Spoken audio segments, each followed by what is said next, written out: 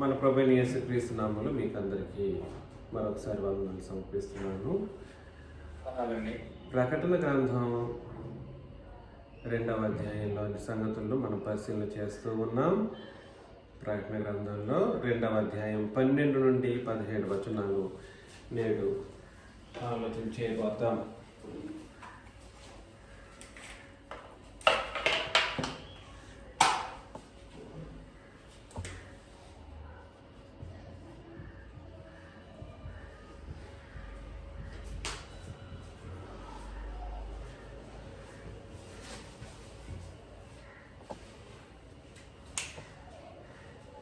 పన్నెండవ వచనం, పెర్గెములో ఉన్న సంఘపు దూతకు ఇలాగు రాయుము, వాడి అయిన 2 అంచులు గల ఖడ్గము గలవాడు చెప్పు సంగతులు ఏమనగా.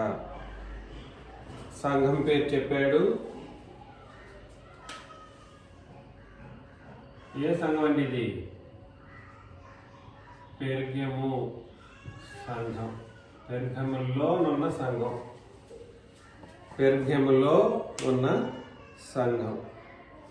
ఈ పెర్గెములోనున్న సంఘమునకు సంఘపు దూత ఎవరైతే ఉన్నారో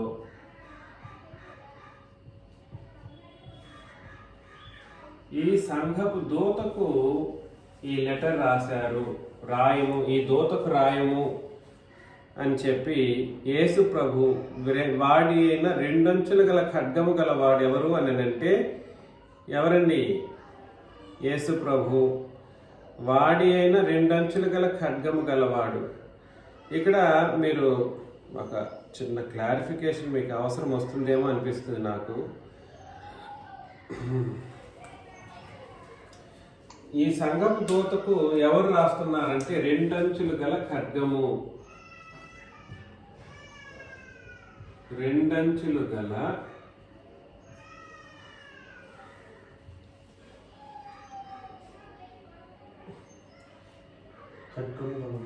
వాడి అయిన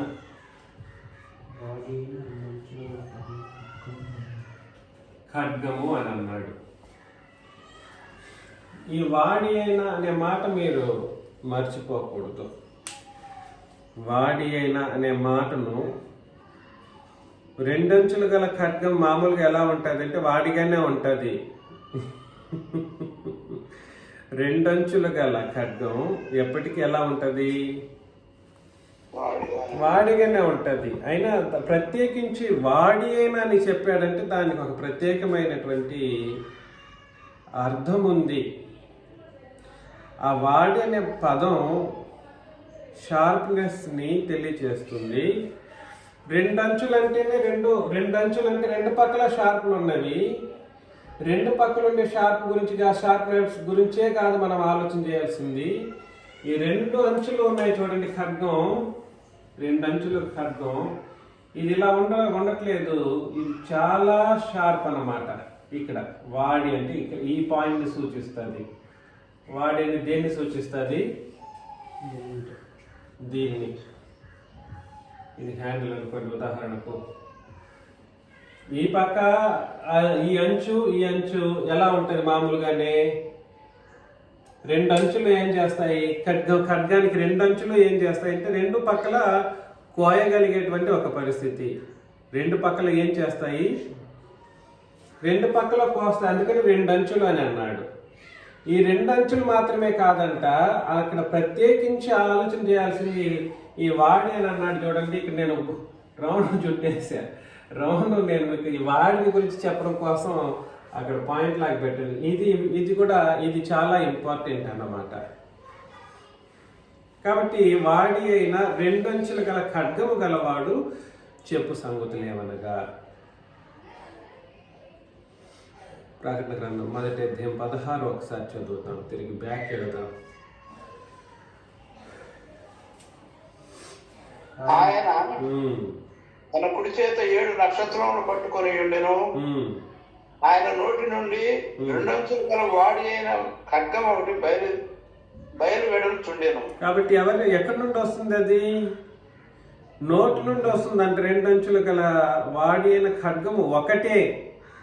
మరలా చెబుతున్నాను, ఖడ్గాలు రావు. నోరు తెరిస్తే యేసుప్రభు నోరు నుండి ఖడ్గాలు వచ్చి పొడుచుకుంటూ వెళ్ళవు. ఒకటి ఆ నోట్లో నుండి ఎన్ని వస్తాయి? 2 అంచులు గల వాడి అయిన ఖడ్గం ఒకటి. ఇక్కడ కూడా ఆ వాడికి ఒక ప్రత్యేకమైన పరిస్థితిని ఇక్కడ కల్పించడం మనం గుర్తించాలి. వాడి అయిన ఖడ్గం ఒకటి బయలు వెడలుచుండెను అని అన్నాడు. అది ఏమిటి ఇంతకీ? ఆ వాడి కలిగినటువంటి 2 అంచుల గల ఖడ్గం ఏమిటి అని అంటే, హెబ్రీలకు రాసిన పత్రిక 4, 11, 12 వచనాలను చదివినప్పుడు, హెబ్రీలకు రాసిన పత్రిక 4వ అధ్యాయం 11, 12 వచనాలను చదివినప్పుడు, కాబట్టి అవిధేయత వలన వారు పడిపోయినట్లుగా, అవిధేయత వలన వారు ఎవరు అని అంటే ఇశ్రాయేలు జనాంగం పడిపోయినట్లుగా మనలో ఎవడునూ పడిపోకుండా ఆ విశ్రాంతిలో ప్రవేశించుటకు జాగ్రత్త పడదము. ఇశ్రాయేలీలో కొన్ని కోటాను కోట్ల మంది ప్రజలు బ్రతికారు. ఎంతకాలం బ్రతికారు ఐడియా ఉందా? ధర్మశాస్త్ర కాలం ఎంతకాలం తెలుసా? దాదాపు 3000 సంవత్సరాల కాలం. దాదాపు ఇశ్రాయేలు జనాంగం యొక్క కాలం ఎంతకాలం అని అంటే 3000 సంవత్సరాల కాలంలో ఎన్ని కోట్ల మంది పుట్టుంటారు? ఎన్ని వేల మంది పుట్టుంటారు? మనం గలతీ పత్రికలో చదువుతున్నప్పుడు 420 సంవత్సరాలు వాళ్ళు ఐగుప్తులో బ్రతికారు అని అన్నప్పుడు 420 సంవత్సరాల్లో 70 మంది పైబడి వెళ్ళిన వాళ్ళు ఎంతమంది అయ్యారు అని అంటే, యుద్ధం చేయగలిగిన సామర్థ్యం కలిగిన వాళ్ళే 6 లక్షల మంది పురుషులుగా తయారైనప్పుడు 3000 సంవత్సరాలకి ఎంతమంది అయి ఉంటారో మీరు ఊహించుకోండి. 6 లక్షల మందికి ఇంకెంతమంది పుట్టుంటారు? ఇది మళ్ళీ ఇంటూ చేసేది కాదు. ఒక్కొక్క మనిషికి ఇంటూ చేసుకుంటూ వెళ్ళాల్సిన పరిస్థితి వచ్చినప్పుడు కొన్ని కోటాను కోట్ల మంది ఇశ్రాయేలు జనాంగంలో హెబ్రీ పత్రిక 11వ అధ్యాయం వచ్చేసేసరికి చాలా చాలా చాలా ఇలా 10 మందిలోనే ఎన్నుకోబడిన పరిస్థితిని మనం చదివాం. అవునండి, కొన్ని 10 మంది, ఒక 30-32 మంది మాత్రమే ఆ ధర్మశాస్త్ర యుగము ప్లస్ పితరుల యుగం అంటే దాదాపు 5000 సంవత్సరాల మంది ప్రజలు 5000 సంవత్సరాల కాలంలో ఒక 30 పైచిలకు మంది మాత్రమే నీతిమంతులుగా ఎంచబడి పరలోకానికి వెళ్ళడానికి సిద్ధంగా ఉన్న వాళ్ళకి ఎన్నుకోబడిన వాళ్ళు. మిగిలిన వాళ్ళందరూ ఎందుకు ఎన్నుకోబడలేదు అని అంటే కారణం చెప్పాడు. 4:11లో అవిధేయత. దేని వల్ల పడిపోయారంట? దేవుడు ఒక మాట చెప్పాడనంటే నీకు డౌట్లు రాకూడదు. ఏం రాకూడదు? నాకు అర్థం కాలేదే, వాక్యానికి నీకు అర్థం కాకపోవడం ఏముంది? డౌట్లు. అది దేని వల్ల కలిగిందంటే డౌట్ నీ అవిధేయత వల్ల కలిగింది. ఇశ్రాయేలీలు అలా అవిధేయత కలిగిన వాళ్ళుగా వాళ్ళు ఏం చేశారంటే పడిపోయారు. పడిపోయినట్లుగా మనలో ఎవడునూ పడిపోకుండా ఆ విశ్రాంతిలో ప్రవేశించుటకు జాగ్రత్త పడుదుము అని తెలియజేశాడనమాట. నిబంధన సరైనది, ఉపదేశం సరైనది, సంఘం సరైనదైతే నిబంధన ఉపదేశానికి చెవి యొగ్గడం ప్రతి ఒక్కరి యొక్క బాధ్యత. అవిధేయత వలన మనుషులు అన్యాయంగా భూమి మీద పతన స్టేజ్లోకి వెళ్ళిపోయేసి పడిపోయిన స్టేజ్లోకి, ఇదిగో వాళ్ళ అవిధేయత వలన వాళ్ళు పడిపోయారు, పరలోకం చేరలేకపోయారు. మీలో కూడా సరే లేదా మనలో ఎవడునూ పడిపోకుండా ఆ విశ్రాంతిలో ప్రవేశించుటకు జాగ్రత్త పడతాము.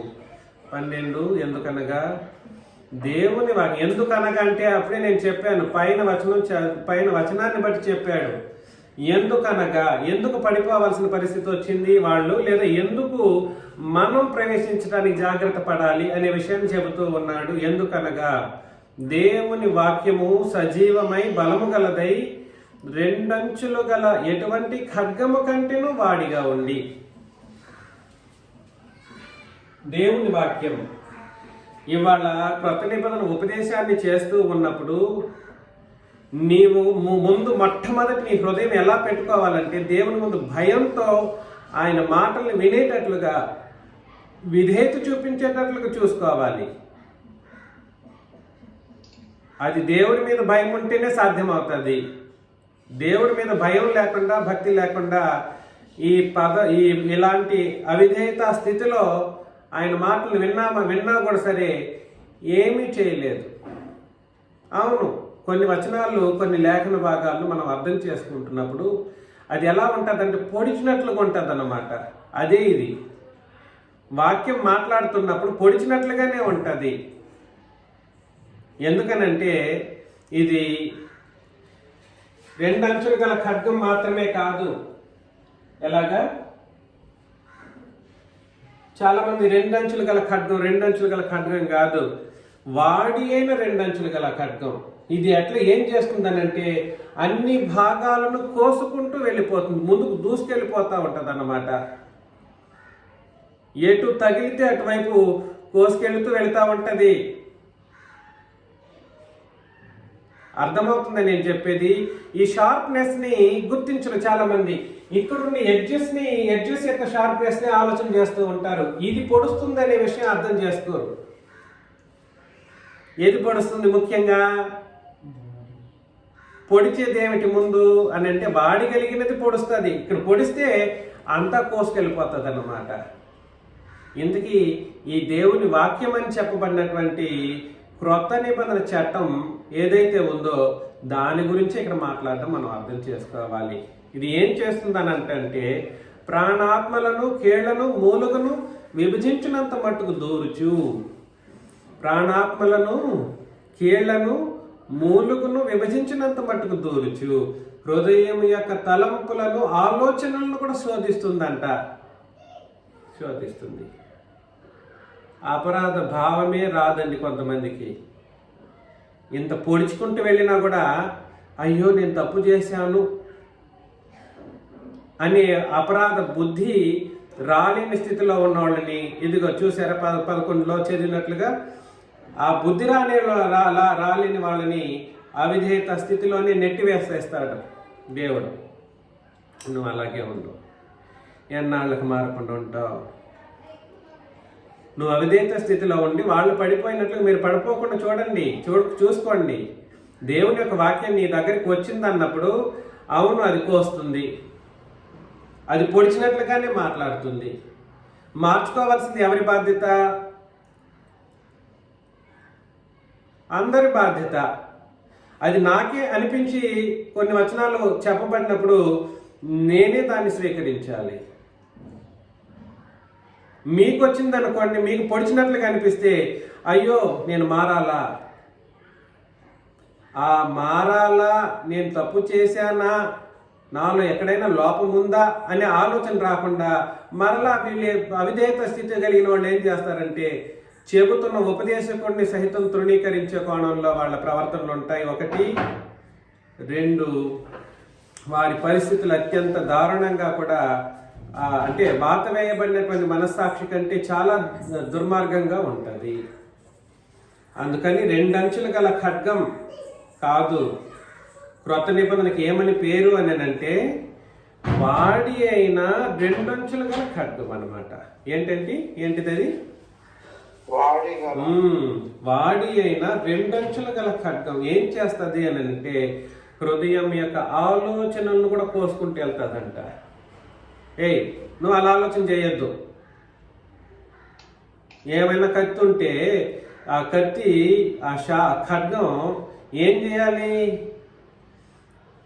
ఏదో ఏ ఎముకల్లో శరీర భాగాలను కోస్తుంది. అట్లాంటి కత్తి కాదంట ఇది. మరి ఇదేమిటిది? నీ ఆలోచన, నీ ఆత్మలో ఉన్నటువంటి ప్రాణాత్మలను, కీళ్లను, మూలుగులను విభజించినంత మట్టుకు దూరుచు అని అంటే అర్థం ఏమిటనంటే నీ శరీర అవయవాలలో ఏవేవైతే పాపభరితమైనటువంటి స్టేజ్లో ఉందో వాటినన్నిటినీ కోసి బయటికి తోసేసేటువంటి వాడి కలిగినటువంటి ఖడ్గం ఇది. ప్రాణాత్మలను, ఆత్మలోనున్న రోగభరితమైనటువంటి ప్రాంతం ఏదైతే ఉందో ఆ ప్రాంతాన్ని కోసి పడేస్తుంది అన్నమాట. విభజించేసుకుంటూ వెళ్ళిపోతుంది. విభజించుతుంటే అర్థం ఏమిటి?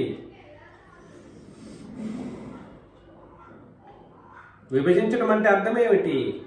మన ఆత్మలో మన శరీర అవయవంలో మన ఆత్మకు ఏ పార్ట్ అయితే పాపభరితమైనటువంటి స్థితిని చేకూర్చగలిగేటట్లుగా అస్వస్థత స్థితిలో ఉందో ఆ పార్ట్ని ఆ పాపం చేయకుండా ఉండేటట్లు ఈ ఖడ్గం, వాడి అయినటువంటి ఖడ్గం పొడిచి విభజించుకుంటూ వెళ్ళిపోతుంది. ఆత్మ సంబంధంగా మాట్లాడుతున్నాడు. ఒకవేళ నీ హృదయంలో లోపం ఉందనుకోండి, హృదయ తలంపులలో, ఆలోచనల్లో ఏదైనా దేవునికి, ప్రభువుకు విరుద్ధంగా ఉండిందనుకోండి, అదేం చేస్తుందనంటే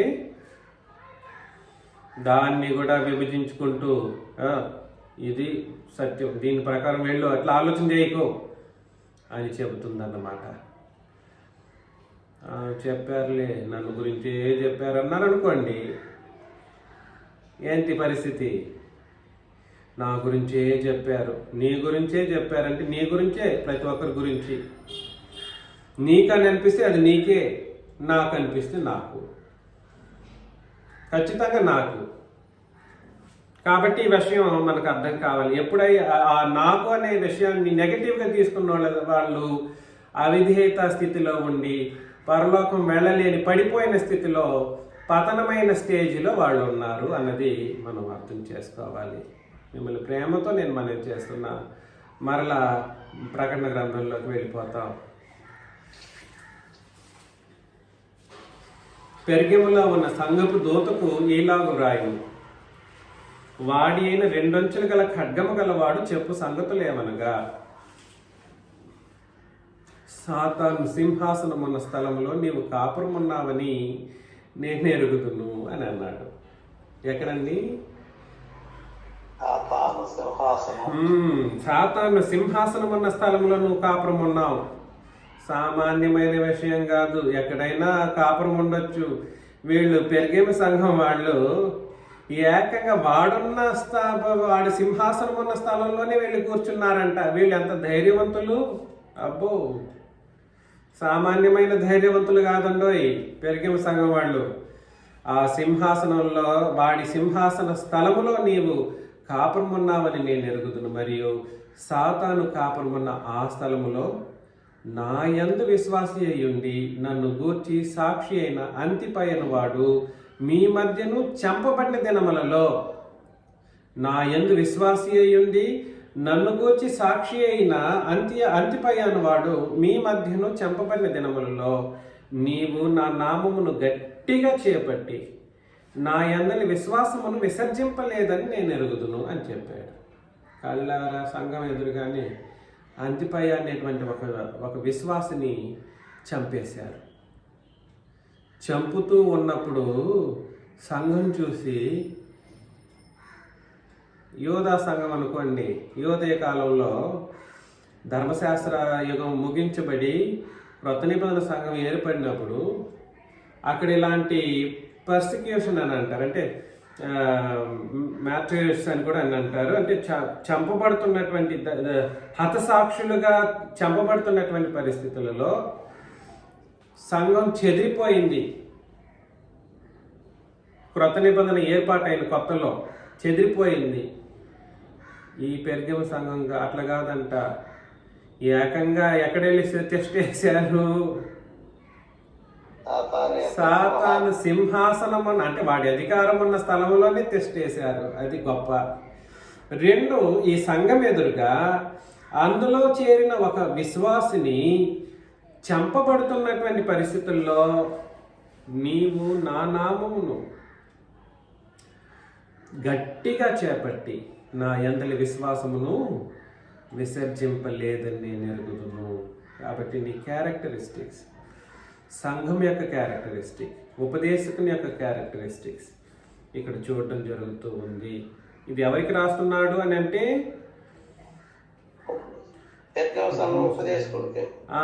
కానీ ఇది ఎవరికి? ఉపదేశకునికి మరియు సంఘానికి సాతాన్ యొక్క సింహాసనం ఉన్న చోట మనుగడ సాగించడం అంత సులభం కాదు. సులభమా లేదా కష్టమా? సాతాను సింహాసనం ఉన్న చోట మనుగడ సాధించటం చాలా కష్టం. అబ్బో, సామాన్యమైన కష్టం కాదండో. ఇప్పుడు అప్పుడు అలా ఉండిందండి. ఇప్పుడు సర్వభూ ప్రపంచం మీదనే వాడు తెస్టేసి కూర్చున్నాడు. అప్పుడు వాళ్ళ కష్టం పెరిగేమో ఓకే. అప్పుడు కొత్తలో 100 సంవత్సరాలు, ఇప్పుడు ఎన్ని సంవత్సరాలు? 2000 సంవత్సరాలు అయిపోయింది. నిబంధన బోధ తెలియదు. నిబంధన బోధ ఎవరికీ తెలియదు, ఒక మనకు మాత్రమే తెలుసు. ఇప్పుడు ఎంత పరిస్థితుల్లో మనకు అపవాది మనల్ని శోధిస్తుంటాడు. మీరు సింప్లిఫైడ్గా ఆలోచన చేసుకోండి. మీకు సింప్లిఫైడ్ రూల్ ఒకటి చెబుతున్నాను, గుర్తుపెట్టుకోండి. మీరు ఏ పాపం చేయలేదు. సంఘంలో ఎవరితో మీకు ఏ ఇబ్బంది లేదు. అందరితో కలిసే ఉన్నారు, అందరితో కలిసి ఉన్నారు. అయినా మీరు అనారోగ్య స్థితి, ఆర్థికపరమైన ఇబ్బంది, దుఃఖకరమైనటువంటి స్థితిగతులు, ఆ తర్వాత ఇబ్బందికరమైనటువంటి జీవితాన్ని మీరు కొనసాగిస్తున్నారని అంటే అది ఖచ్చితంగా అపవాది శోధనల ద్వారా కలిగింది అని అర్థం. ఏం చెప్పాను చెప్పండి?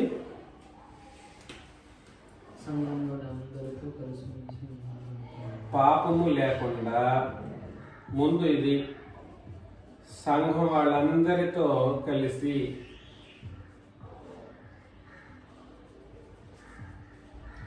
కలిసి ఉంటూ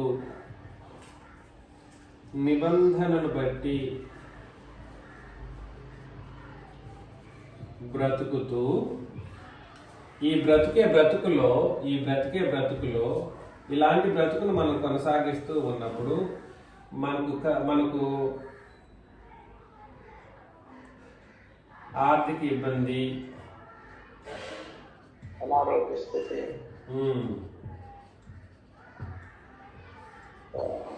అనారోగ్యం, కొన్ని సందర్భాల్లో యాక్సిడెంట్స్, ప్రాణాపాయం ఒకటి జరగదండోయ్. ప్రాణాన్ని తీసేంతగా వాడు చేయలేడు, అంత సీన్ లేదు వాడికి. ఇది మాత్రం మీరు గుర్తుపెట్టుకోండి. అది ఒకటి తీయకుండా ఇవన్నీ కల్పిస్తుంటాడు. కుటుంబ ప్రాబ్లమ్స్,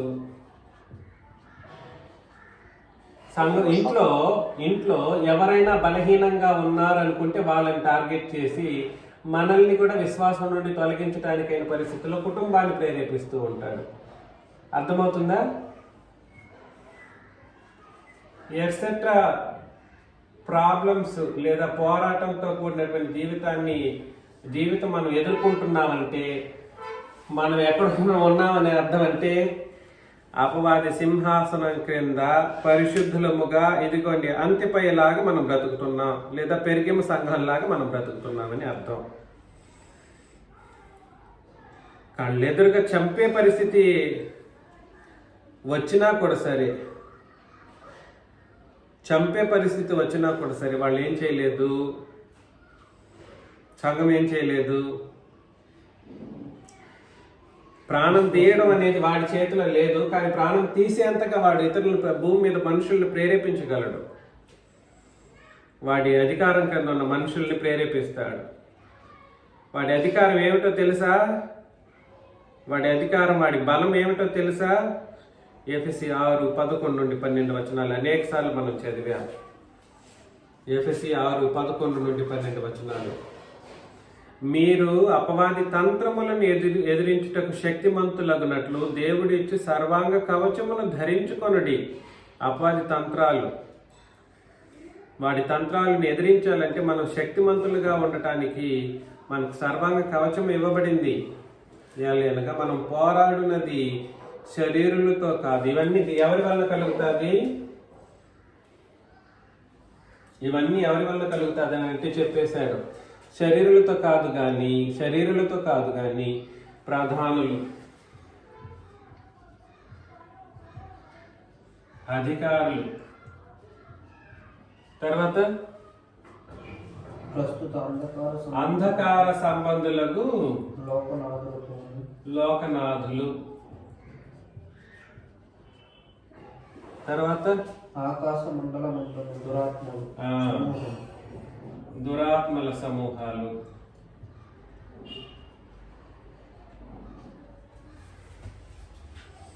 వీళ్ళు కలిగిస్తూ ఉంటారన్నమాట. శరీరాలతో కాదు అన్నప్పుడు శరీరాలు లేని వాళ్ళు గురించి కాదు మాట్లాడుతున్నది. ఈ శరీరాలతో కాదు అన్నప్పుడు మనం పోరాడునది శరీరాలతో కాదు అంటే అర్థం ఏమిటి అంటే ఈ అధికారం కలిగిన వాళ్ళు అని అర్థం. ఏ అధికారం? వాళ్ళ అధికారంతో పోరాటం. వాళ్ళు వచ్చి మనల్ని వాళ్ళ కండబలాన్ని బట్టి వచ్చి చంపరు, లేదా కండబలాన్ని వచ్చి మనల్ని ఇబ్బంది పెట్టరు. మరి దేంతో వస్తారు? దేంతో వస్తారని అంటే వాళ్ళ అధికారం. ఏ కలెక్టరేటో లేదా ఏ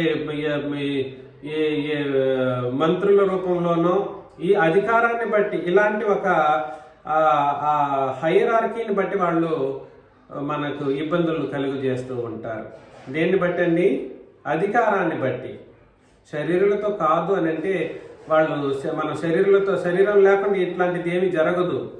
ఇక్కడ చెప్పడం మనం అర్థం చేసుకోవాల్సిన విషయం ఏమిటంటే మనకు వచ్చే ఈ కష్టాలన్నీ కూడా సరే ఇండైరెక్ట్గా అపవాది మనల్ని ఇండైరెక్ట్గా శరీరంతో కాకుండా ఇండైరెక్ట్గా ఇలాంటి కష్టాలను కలిగిస్తూ ఉంటాడు అపవాది. వాడి శక్తి వాడి దగ్గర ఉన్నటువంటి వీళ్ళందరూ కార్యాలు చేస్తూ ఉంటారు. కాబట్టి నేనేం చెప్పడానికి ప్రయత్నం చేస్తున్నానంటే సాతాను సింహాసన స్థలములో వీళ్ళందరూ ఉంటారు. మనమేమో పరిశుద్ధమైనటువంటి జీవితాన్ని జీవించి సంఘంలో పరిశుద్ధమైనటువంటి వాళ్ళతో కలిసి ఉంటూ నిబంధనను బట్టి బ్రతుకుతూ పాపము లేకుండా జీవించినప్పుడు వాడంత సులభంగా మనల్ని విడిచిపెట్టడు. అంత సులభంగా విడిచిపెట్టడు. ఎందుకు? మరి అంతిపైన కాపాడొచ్చు కదా, పెరిగేమని కాపాడొచ్చు కదా. ఎందుకు ఇట్లా చెప్తున్నాడు? యేసు ప్రభు ఎందుకు చెప్తున్నాడు? వాళ్ళని కాపాడుండొచ్చు కదా, కాపాడకుండా ఎందుకు మాట్లాడుతున్నారు యేసు ప్రభు అని అవిశ్వాసపు ప్రశ్నలు మనం వేయటానికి వీల్లేదు. అవిశ్వాస ప్రశ్నలు వేయటానికి లేదు. ఎందుకు కాపాడట్లేదు? మాకు కష్టాలే ఉండాలా? ఇవన్నీ అవిశ్వాసులు మాట్లాడే ప్రశ్నలు అన్నమాట. ఎందుకు మేము జీవితం నెమ్మదిగా బ్రతకూడదా? ఇవి అవిశ్వాసానికి నిదర్శనం. దైవ శక్తికి విరుద్ధమైనటువంటి ఆలోచన విధానం. ఎందుకు అనంటే మనం మరణించేంత వరకు కూడా సరే మనం ఇటువంటి పరిస్థితులను ఎదుర్కొంటూనే ఉంటాం. ఈ పరిస్థితులను ఎదుర్కోవడం ద్వారా మనము ఆత్మ సంబంధమైన సంపూర్ణతను సాధించుకుంటాం. ఇది కారణం, ఒకటే కారణం. ఏం కారణము? ఆత్మ సంబంధంగా మనం సంపూర్ణులు అవ్వడం కొరకు ఇవి అవసరం. ఇవి లేకపోతే నీకు సంపూర్ణతే లేదు. ఇవి లేకపోతే ఏమి లేదు, సంపూర్ణులు అవ్వలేం. పరలోకానికి వెళ్ళే అంత హోదాన్ని మనం పొందుకోలేము. అది కారణం. నెమ్మది లేకుండా భూమి మీద బ్రతుకుతారు. నెమ్మది కోసం దేవుడిని వెతుకుతారు, డబ్బు కోసం దేవుడిని వెతుకుతారు. ఇంట్లో డబ్బులే నిలవట్లేదు. కృత నిబంధనలకు వచ్చాము, డబ్బు ఉండట్లేదు. కృత నిబంధనలకు వచ్చాము, బాధలు, వేదనలు, అనారోగ్య స్థితిగతులు, దుఃఖాలు. అవునండి, నీకు అది వచ్చిందని అంటే నువ్వు ఆల్రెడీ దారిలో ఉన్నావు. దేనికి దారిలో ఉన్నావు అంటే పరలోకానికి దారి మీదనే ఉన్నావు, నడుస్తూ వెళుతూ ఉన్నావు. ఒకనొక సందర్భం వస్తే మరణమే సంభవించే పరిస్థితి వచ్చినా జడిసిపోకూడదు, బిడియపడిపోకూడదు. ఇది సంఘం యొక్క అల్టిమేట్ గోల్ అన్నమాట. 14వ వచనం, అయినను నేను నీ మీద కొన్ని తప్పులు మోపవలసి ఉన్నది అని అన్నాడు. ఏంటి? సాతాను సింహాసనం ఉన్న స్థలంలో కూర్చుండి సాతాను ఎదురించుకుంటూ ఆఖరికి చంపబడుతున్నప్పటికీ కూడా సరే విశ్వాసమును కాపాడుకుంటున్నటువంటి సంఘం దగ్గర తప్పిదాలు ఉన్నాయంట. ఏమున్నాయి? తప్పిదములు ఉన్నాయి. అవి అనగా విగ్రహములకు బలి ఇచ్చిన వాటిని తినున్నట్లును. ఏంటంటండి పెరిగేమ సంఘంలో సమస్య తప్పిదం ఏమిటి అని అంటే విగ్రహములకు బలి ఇచ్చిన వాటిని తినున్నట్లును, జారత్వము చేయనట్లును, ఇశ్రాయేలీలకు ఉరియొద్దమని బాలాకులకు నేర్పిన బిలాము బోధను అనుసరించి వారు నీలో కొందరున్నారు. అందరూ కాదు, నీలో ఉన్నారు కొంతమంది. ఎవరెవరు వీళ్ళు? ఎవరెవరండి? విగ్రహములకు బలి ఇచ్చిన వాటిని. ఇది మొత్తం కూడా బోధకు సంబంధించింది. అండర్లైన్ చేసుకోవాలి మీరు. దేనికి సంబంధించింది? విగ్రహములకు బలి ఇచ్చిన వాటిని తినున్నట్లును, జారత్వము చేయునట్లును, ఇశ్రాయేలులకు ఉరియొడ్డమని బాలాకులకు నేర్పిన బిలాము బోధను అనుసరించువారు నీలో ఉన్నారు. కాబట్టి జారత్వం చేసేటట్లు వాళ్ళు ప్రేరేపిస్తారు. విగ్రహములకు బలి ఇచ్చిన వాటిని తినున్నట్లు ప్రేరేపించే ఉపదేశాలు చెప్పారులే చిన్నరాజా అన్నారనుకోండి, ఈ బాధే బాలాకు చేసిన బోధను నా వెనకాల చేస్తున్నారని అర్థం అన్నమాట. చెప్పారులే చిన్నరాజా.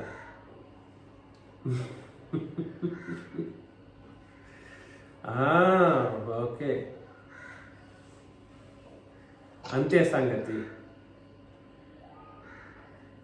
ప్రభు లెక్కలో ఇతరుల బోధను ఉపదేశాన్ని, ఇక్కడ ఉపదేశాన్ని కాకుండా బ్యాక్గ్రౌండ్లో వేరే వాళ్ళని పొరికొల్పుకుంటూ మాట్లాడే వాళ్ళు ఎవరైనా ఒకవేళ ఉంటే, ఇవాళ కొత్త నిబంధన సంఘానికి వ్యతిరేకంగా అనేక సంఘాలు, క్రీస్తు సంఘాలన్న పేరుతో మనల్ని లాగడానికైన ప్రయత్నంలో అనేక హింసాత్మకమైనటువంటి కార్యక్రమాలు చేయడం నేను గమనిస్తూ ఉన్నాను, చూస్తూ ఉన్నాను.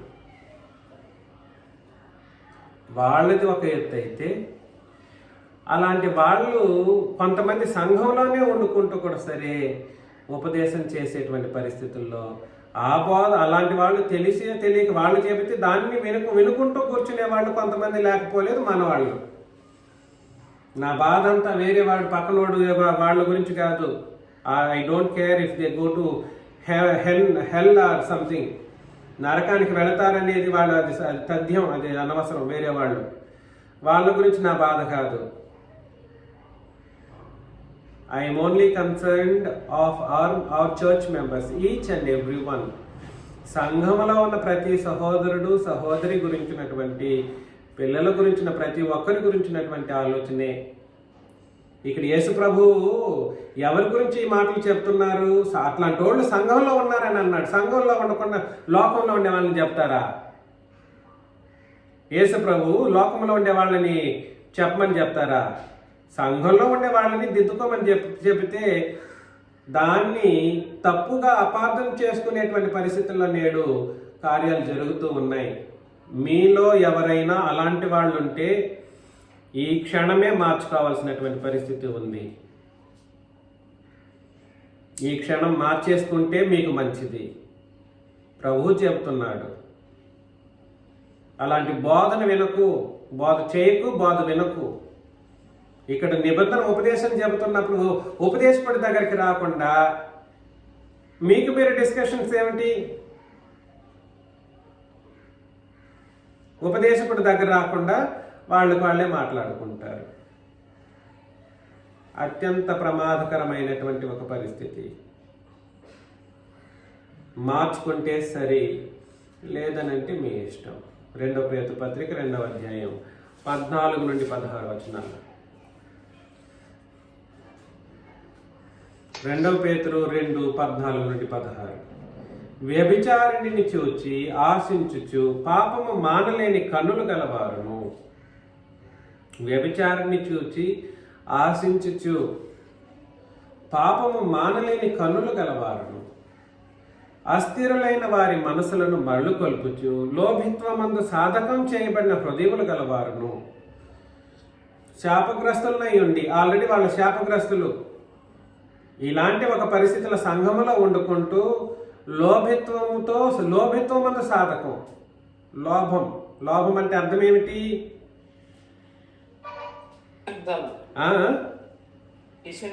అవునండి, లోభిత్వమందు సాధకం చేయబడినటువంటి హృదయములు గలవారు.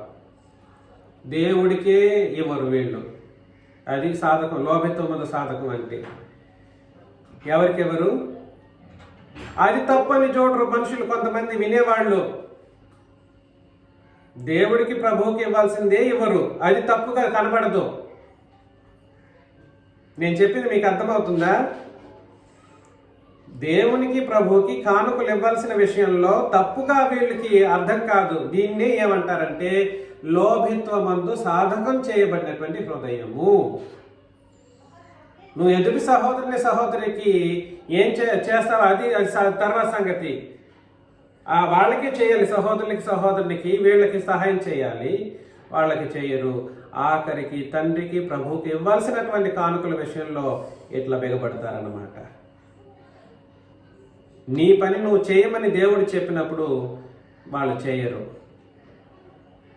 చాలా చాలా చాలా వీళ్ళ మనసులు ఎలా ఉంటాయంటే అస్థిరులైనటువంటి వారి మనసులు వీళ్ళు మరలు కొల్పుతారు, లాగుతూ ఉంటారు. ఈరోజు వినలేదు, ఈరోజు వినకపోతే రేపైనా వింటారు, రేపు వినకపోతే ఆ రోజైనా మరొక.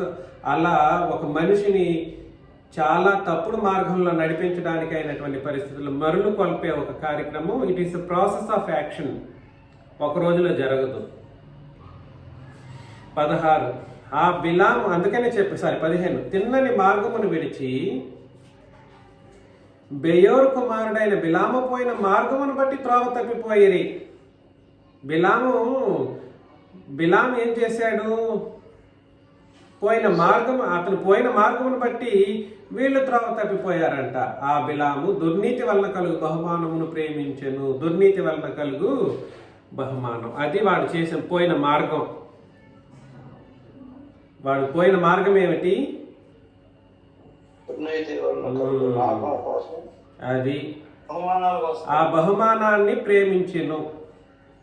అయితే తాను చేసిన అతిక్రమం నిమిత్తము అతడు గద్దింపబడిను. ఎట్లనగా నోరు లేని గార్ధబం మానవ స్వరముతో మాట్లాడి ఆ ప్రవక్త యొక్క వెర్రితనమును అడ్డగించెను అని అన్నాడు. కాబట్టి పరిస్థితి ఏమిటంటే ఇవాళ బిలాము లాంటి వాళ్ళు, అందుకే 14 మరొకసారి 2:14 చూసి ఆగండి 2:14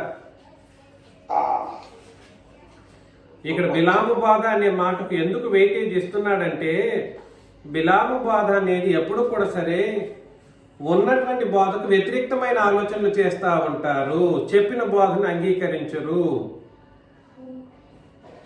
వీళ్ళు ఏం చేస్తారు? వీడు చెప్పిన మాటను వినలేదు బిలాము. వాడు ప్రవక్తగా ఉన్నాడు. ప్రవక్త అయినప్పటికీ దేవుడు చెప్పిన మాటలు వినాలన్నా వద్దా? వాడు వినలేదు. వాడు ఎలా వినలేదో అదే కోణంలో కూడా సరే ఈ సంఘంలో, పెరిగేమ సంఘంలో కూడా ఉన్నారు అని యేసు ప్రభు చెప్పడం. వదిలామనుకోండి, ప్రభువా నన్నే అంటావా అనేటట్లు కూడా ఉంది మనోళ్ళు. ఇప్పుడున్నోళ్ళు సంగతి నన్నే అంటావా అని ప్రభువును కూడా ఎదిరించే కోణంలో అంత క్రూరమైనటువంటి పరిస్థితుల్లో కొంతమంది యొక్క ప్రవర్తనలు కనబడటం నేను గమనించా. ప్రభువుని ఎదిరించేటట్లుగా. చిన్నరాజాని కాదు, చిన్నరాజాని ఎదిరించినా ఎదిరించకపోయినా నథింగ్ ప్రాబ్లం. నిబంధన ఉపదేశపు చెవి యొగ్గండి, మారండి. యూదా 1:11 అయ్యో వారికి శ్రమ అని అన్నాడు. శాపం కాదా అది? అయ్యో, చదవండి, తిమోతి గారు చదవండి.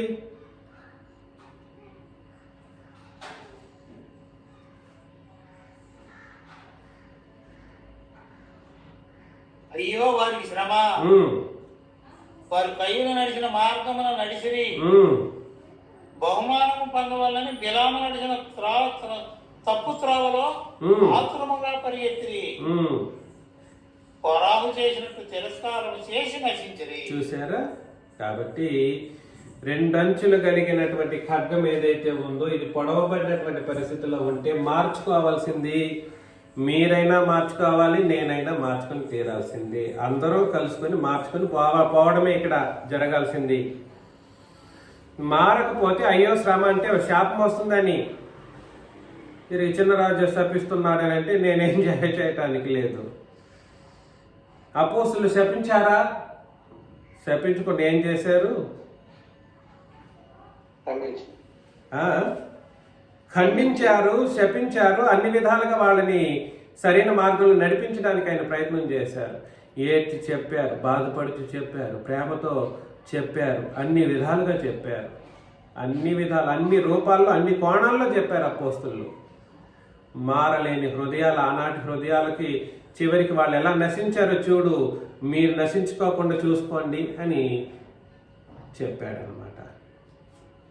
మరలా ఇక్కడ ప్రకటన గ్రంథం 2వ అధ్యాయం 15కి వచ్చేద్దాం.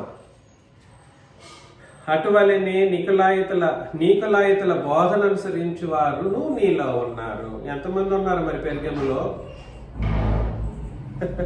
ఎంతమంది ఉన్నారో తెలియదు.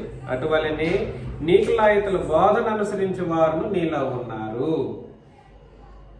నీకులాయితుల బోధ అంటే ఏమిటి అని చెప్పాను? ప్రభు ద్వేషించు బోధ. పైన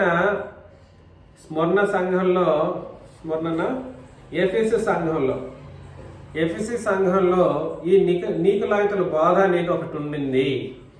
ఆ బోధను ప్రభు ద్వేషించారు అనే ఒక విషయాన్ని మనం చదివాం. నికులాయితుల బోధ అనే మాటను మీరు సింప్లిఫైడ్గా ఎలా అర్థం చేసుకోవాలంటే ఎలా అర్థం చేసుకోవాలి? ప్రభు ద్వేషించు బోధ. ప్రభు ద్వేషించు బోధను అనుసరించు వారు నీలో ఉన్నారు. ఆయన ద్వేషించే బోధ నీకెందుకు అని చెప్తున్నాడు అనమాట.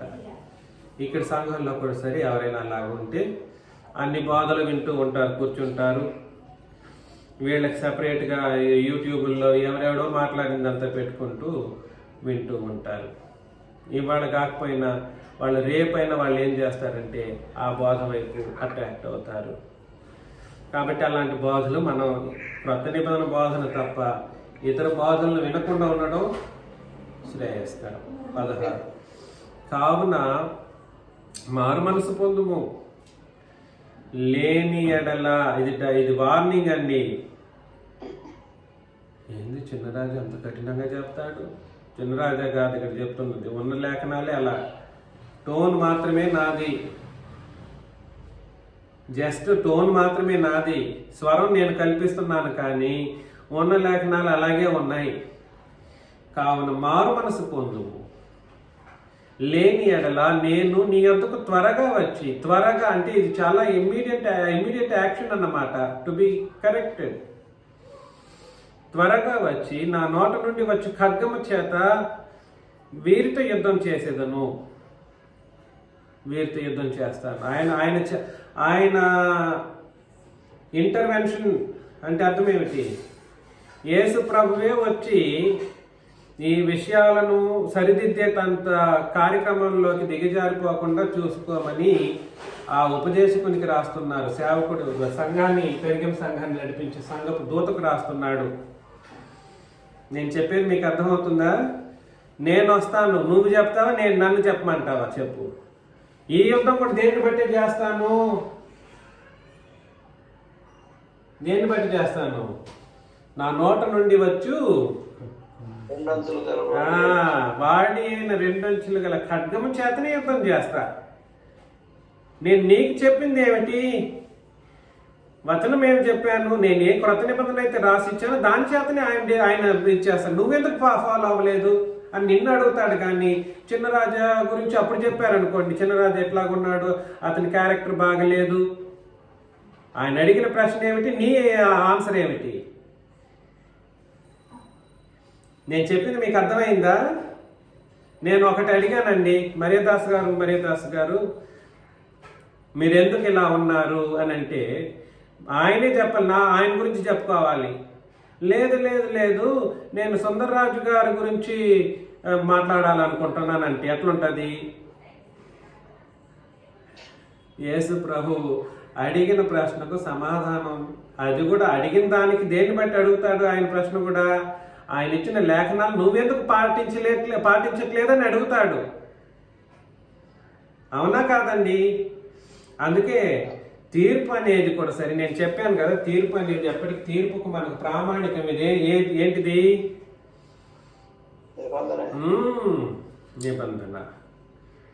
నిబంధనను బట్టి తీర్పు జరుగుతుంది. ఆయన వచ్చి వారితో యుద్ధం చేస్తారంటే, యుద్ధం చేయడం అంటే అర్థం ఏమిటంటే ఆయన వచ్చి ఏదేదో చెప్పే కత్తులు కట్టాలతో వచ్చి పొడవలసిన అవసరం ఉండదు. ఆయన నిబంధనతోనే నువ్వు ఇన్ని తప్పులు చేసి అన్ని తప్పుల్ని ఎత్తి చూపిస్తూ నిన్ను ఒప్పింప చేసి నరకంలో పడివేసే అంత పరిస్థితి వస్తుంది. అవసరమా? ఇది అవసరం లేని పని.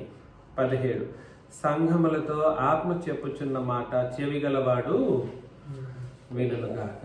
ఎవరితో చెప్తున్నాడు? మళ్ళా సంఘములతో, ఒక్క సంఘం కాదు, సంఘములతో ఆత్మ చెప్పుచున్న అది ఎవరు చెప్తున్నాడు? ముందు ఎవరు చెప్తున్నాడు అన్నాడు?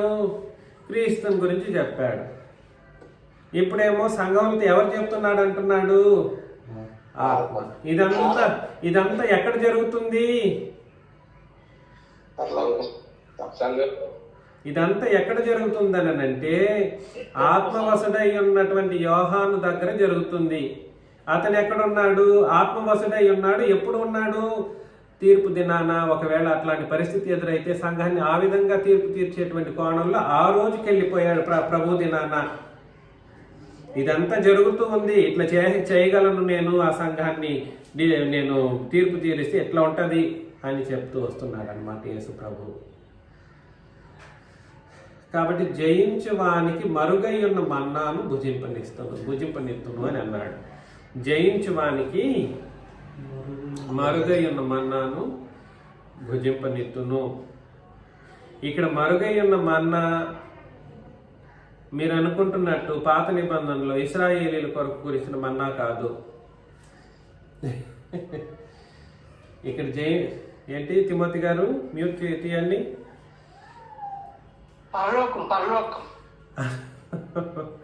జయించువానికి మరుగై ఉన్న మన్నాను భుజింపనిత్తును, మరియు అతనికి తెల్లని రాతినిత్తును. జయింపడం అని అంటే దేన్ని జయించటం? జయించడం అని అంటే అర్థం ఏమిటి? దేన్ని జయించడం? ఇక్కడ పై వచనంలో యేసు ప్రభు నోటి నుండి వచ్చి ఖడ్గం చేత యుద్ధం చేసినప్పుడు ఆయన్ని జయించడం కాదు.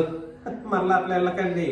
అక్కడ యుద్ధం పైన జరిగింది, అందులో యేసు ప్రభువుని జయించిన వాడి గురించి కాదు అక్కడ చెప్తున్నది. జయించడం అనే మాట ఈ పోరాటం, వీడితో పోరాటం చేస్తున్నటువంటి ఆర్థిక ఇబ్బందిని జయించే వాళ్ళు అయితేనేమి, అనారోగ్య స్థితిగతులను జయించడం అయితేనేమి, మనకు పొందుకునేటువంటి దైనందిన జీవితంలో మనం ఎదుర్కొనే అన్ని రకాల ఇబ్బందులు, కుటుంబ సమస్యలు అయితేనేమి, వీటినన్నిటినీ మనం బ్రతికినంతకాలం జయించుకుంటూ ఒక సంపూర్ణ స్థితిలో మనం ఎదిగినప్పుడు ఆ ఎదిగిన స్థితిని ఏమంటాడంటే జయించిన స్థితి అని అంటారు. కాబట్టి జయించవానికి మరుగై ఉన్న మన్నాను భుజింపనిత్తును. మరుగై ఉన్న మన్నా అంటే అర్థం ఏమిటంటే జీవాహారము. యుగాలు మనం బ్రతకడానికి ఆ ఆహారం అవసరం, ఏదో తినేది కాదు అది వాస్తవానికి చెప్పాలంటే. భుజింపనిత్తును అని అన్నాడు, అక్కడ తినడం త్రాగడాలు ఏమి ఉండవు పరలోకంలో. అది నిత్య జీవానికి సంబంధించినటువంటి ఒక అంతరంగపు మాట అన్నమాట, సింబాలిక్ వే. మరియు అతనికి తెల్ల రాతిని ఇత్తును అని అన్నాడు. తెల్లని రాతి, దాని యొక్క తెల్లని రాయి అనేది, దాన్ని అక్కడ ఊరికి అట్లా తెల్లని రాయి అని అన్నాడు. కానీ అండి దాని యొక్క నిజ అర్థం ఏమిటనంటే 3 అర్థాన్ని ఇచ్చేటువంటి విధానంలో ఆ పదజాలం అక్కడ ఉపయోగించబడింది. తెల్లని రాయి =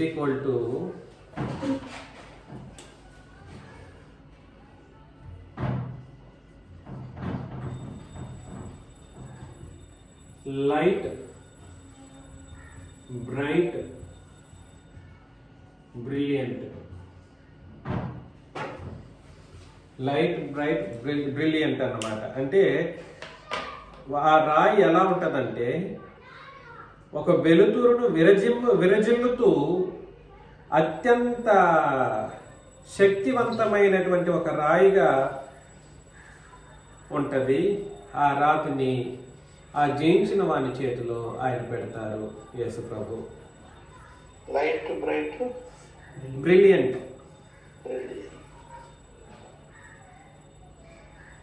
ఆ రాతి మీద చెక్కబడిన ఒక కొత్త పేరు ఉంటుందంట. ఆ రాతి మీద చెక్కబడిన ఒక కొత్త పేరు ఉంటుంది. ఆ రాతి మీద చెక్కబడిన కొత్త పేరు అంటే ఏమనుకుంటున్నారు మీరు? అలా నా శేషు అని రాసేవాడు, ఆయన పేరు రాసేవాడు. శేషు గారి పేరు శేషు గారికి ఇచ్చాడు అనుకోండి, ఆ రాయిని శేషు గారు అని రాసేవాడు, శేషు అని రాసేవాడు. మన పేర్లు రాయబడి ఉండదు. ఆ తెల్లని బ్రైట్ కలిగిన ఉన్నటువంటి ఆ రాతి మీద మన పేర్లు ఉండవు. ఎవరి పేర్లు ఉంటాయో మనం చదువుతాం. ప్రకటన గ్రంథం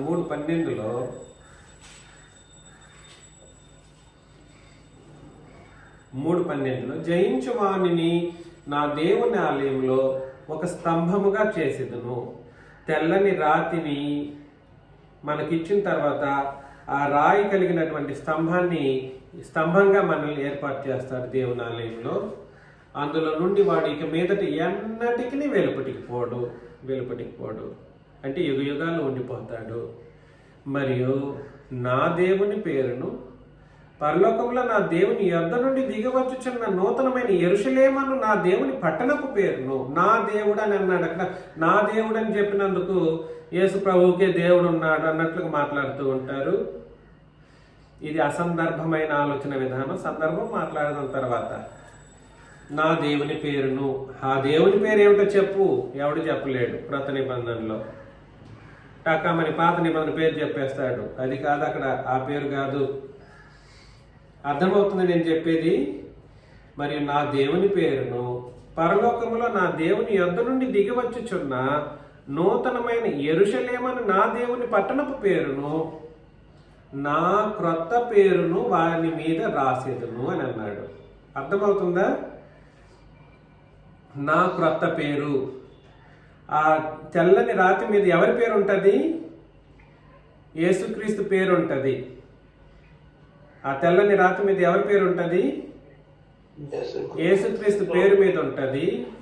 ఆ తెల్లని రాతిని పెట్టి ఆ తెల్లని రాతిని పొందుకున్న మనల్ని ఏం చేస్తాడంటే ఒక స్తంభముగా చేస్తాడు.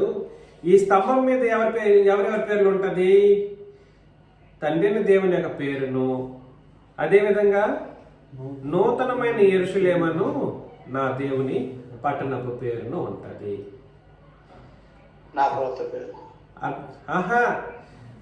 ఆ తెల్లని రాతి మీద క్రొత్త పేరు చెక్కబడిన క్రొత్త పేరు ఉంటుందని చదివారు కదండి 17వ వచనంలో. ఆ తెల్లని రాతి మీద ఒక క్రొత్త పేరు క్రొత్త పేరు ఎవరిది అని అంటే ఇక్కడ చదివిన దాని ప్రకారం 3:12లో నా క్రొత్త పేరును వాని మీద వ్రాసేదని అని అన్నాడు. కాబట్టి ఇచ్చేటువంటి ఆ లైట్ బ్రైట్ బ్రిలియంట్ స్టోన్ మీద క్రీస్తు యొక్క పేరు రాసి మనకిస్తాడు. అది మనం పొందుకున్నప్పుడు మనం స్తంభంగా మారిపోతాం. మనం స్తంభముగా మారిపోయినప్పుడు మన మీద ఆయన తండ్రిని దేవుని యొక్క పేరు రాయబడి ఉంటుంది. దానికి గుర్తుగా నూతనమైన యెరూషలేమును నా దేవుని పట్టణపు పేరును దాని మీద రాయబడి ఉంటుంది. ఫలానా విల్లివాకం సంఘానికి చెందిన వ్యక్తి, విల్లివాకం కాదు, ఆ సంఘం యొక్క పేరు అందులో రాయబడి ఉంటుంది అన్నమాట. నూతనమైన యెరూషలేమును నా దేవుని పట్టణం అంటే దేంటిదో కాదు, సంఘమే. దేవుని పట్టణం అంటే ఏమిటి? సంఘం. కాకపోతే ఆ సంఘం నూతన యెరూషలేముగా ఉండాలి. క్రొత్త యెరూషలేము అంటే అర్థం ఏమిటి? క్రొత్త నిబంధన సంఘం. నూతనం అంటేనే పాత యెరూషలేము కూడా ఉంది కదండి. పాత నిబంధనకి యెరూషలేము ఉంది. ఆ యెరూషలేము గురించి కాదు చెప్తున్నది, ఇక్కడ చెప్తున్న నూతన యెరూషలేము అను నా దేవుని పట్టణపు పేరు అని అన్నాడంటే ఏ సంఘంలో మనం ఉన్నామో ఆ సంఘం యొక్క ప్రాముఖ్యతకు సంబంధించిన ఆ సంఘం యొక్క పేరు రాయబడడం అనేది జరుగుతుంది అన్నమాట. కాబట్టి సంఘానికి ఎంత విలువ ఉందో చూడండి. సంఘంలో ఉన్న వాళ్ళు ప్రతి ఒక్కరూ ఇది పొందుకోవటానికి అపవాదిని జయించడంతో పాటుగా వీటినన్నింటినీ జయించాలి బ్రతికినంత కాలం. వాస్తవమే, అంత సులభం కాకపోవచ్చు, కానీ తప్పుతుందా? తప్పదు. అందుకని మనం ఆ తెల్లని రాతిని పొందుకొని మరుగయున్న మన్నాను మనం భుజించి యుగయుగాలు మనం తండ్రిని దేవునితో ప్రభుని క్రీస్తుతో ఏకీభవించి ఆ దేవుని ఆలయంలో ఒక స్తంభముగా చేయబడి మనం యుగయుగాలు బ్రతకాలని నన్ను హెచ్చరించుకుంటూ మిమ్మల్ని అందరినీ హెచ్చరిస్తూ ముగిస్తున్నాను. మీకు అందరికీ వందనాలు.